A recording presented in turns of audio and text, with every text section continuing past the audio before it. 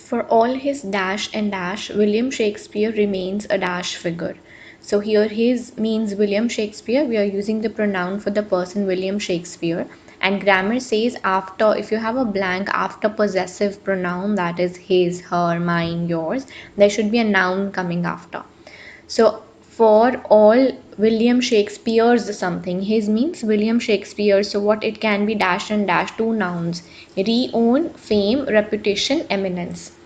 So out of these, we can have reputation of a person. Fame can also belong to a person, but reputation can be good or bad. But when we'll read the context, we'll get to know that they were not talking anything negative about William Shakespeare. They were only talking about good things about him. They were praising him. So we'll go with fame. For all his fame and dash. So another positive noun: carnival, celebration, festivity and party. Festivity and party cannot be of a person. We cannot say William Shakespeare's party, he remains a dash figure, or William Shakespeare's festivity. They are used in festive, like party, we have a celebration of the party in that sense. Carnival is like a fair, so again it cannot be used here. What we are left with is celebration, and when we use the word celebrated or celebration for a person, that means admiration, that that person is admired, that person is renowned. Celebrated or celebration is also used in this sense. And most of the times you'll see a word saying he is a celebrated author. So celebrated means renowned, celebrated there means admired. So in that sense they have used celebration here. So it will be fame.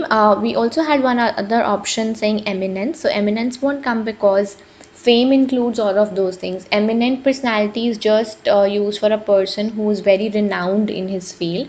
But fame and celebration includes all those words. So that's why we'll go with the broader one, fame and celebration. William Shakespeare remains a dash figure with regards to personal history. So mysterious figure, strange, unexplained and unsolved. Unexplained and unsolved cannot be used with a, we need an for that.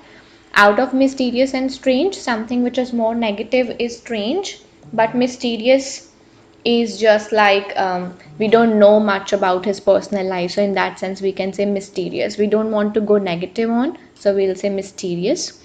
There are just two primary dash for information. So two means it should be plural answer, and out of the options sources, basis, cause, spring, they're all singular. The only plural option is sources, so we'll go with that.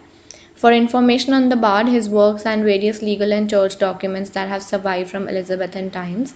Naturally, there are many dash in this body of information. So again, with many, it should be plural. And if we look at the options, there's only one plural, which is gaps. Rest all are singular.